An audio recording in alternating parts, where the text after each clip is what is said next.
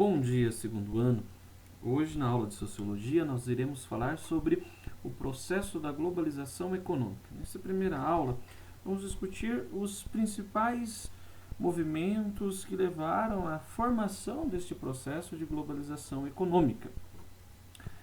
Primeiramente, cabe-nos deixar muito claro que o processo de integração e interdependência no mundo pós-guerra contribuiu para a formação da globalização econômica. É interessante a gente perceber que logo após o pós-guerra, a Segunda Guerra Mundial, um fato que é muito marcante e muito próximo e que se deu de maneira mais concisa foi a criação de blocos econômicos. Esses blocos econômicos permitiam que os países pudessem unir-se e fortalecer-se de maneira mais eficaz em um cenário pós-guerra. Quando nós falamos de globalização econômica, nós estamos falando de duas características que são essenciais. A primeira, a de integração, e a segunda, a de interdependência, que significa na prática, né? Integração, o aumento das ligações econômicas, sociais e políticas e culturais entre os países, e essa integração ela vai se dar através da eliminação gradual das restrições que são impostas à circulação de dinheiro, mercadorias, pessoas e etc. E por interdependência, entendemos o reconhecimento de que os acontecimentos, sejam eles quais forem, nas esferas políticas, sociais, ambientais, econômicas, de um determinado país, afetam a realidade dos demais países.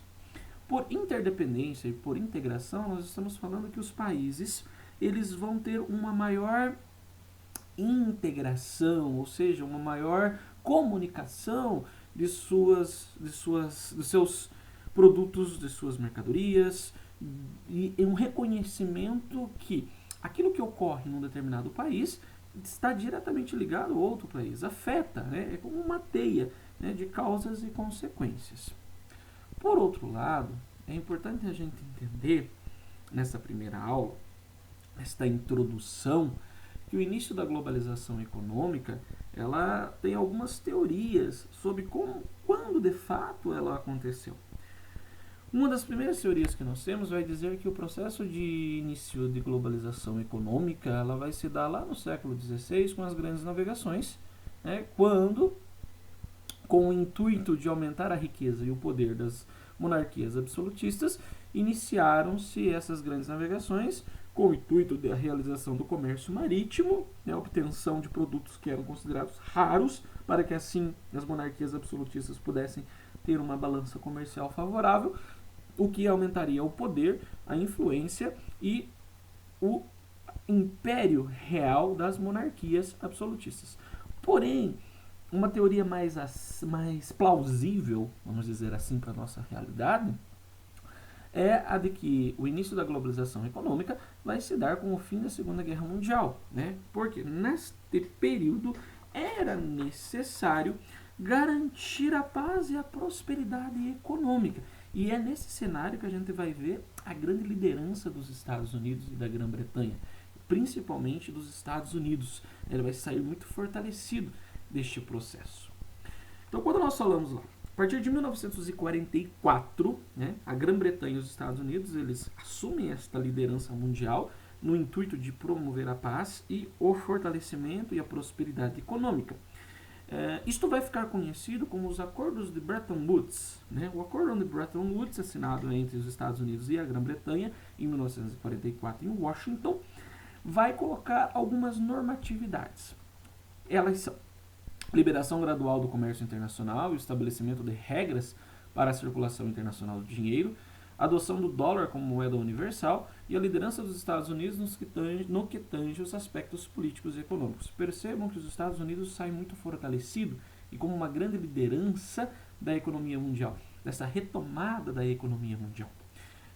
Outra questão importante é que foi nesses acordos de Bretton Woods que foram criados instituições que são fundamentais no cenário econômico e neste processo de globalização econômica. O Banco Mundial, o Fundo Monetário Internacional e o Acordo Geral de Tarifas e Comércio.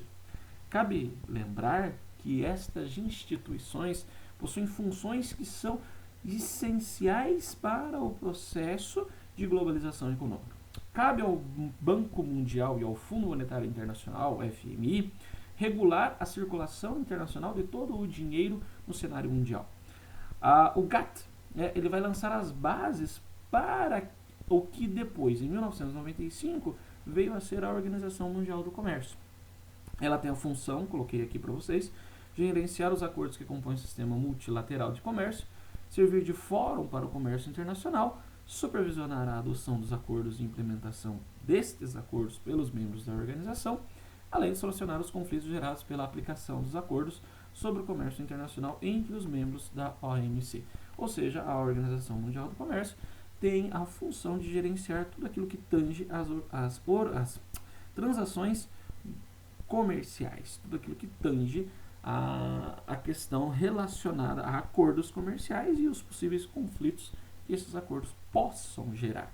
Então percebam, pessoal, que num cenário de pós-guerra, num cenário pós-Segunda Guerra Mundial, visando a garantia da paz e da prosperidade, os Estados Unidos saem na liderança junto com a Grã-Bretanha, mais propriamente os Estados Unidos, com esse acordo de Bretton Woods, com todas as normatividades e estas instituições que vão ser o estopim para a intensificação e consolidação do processo de globalização econômica.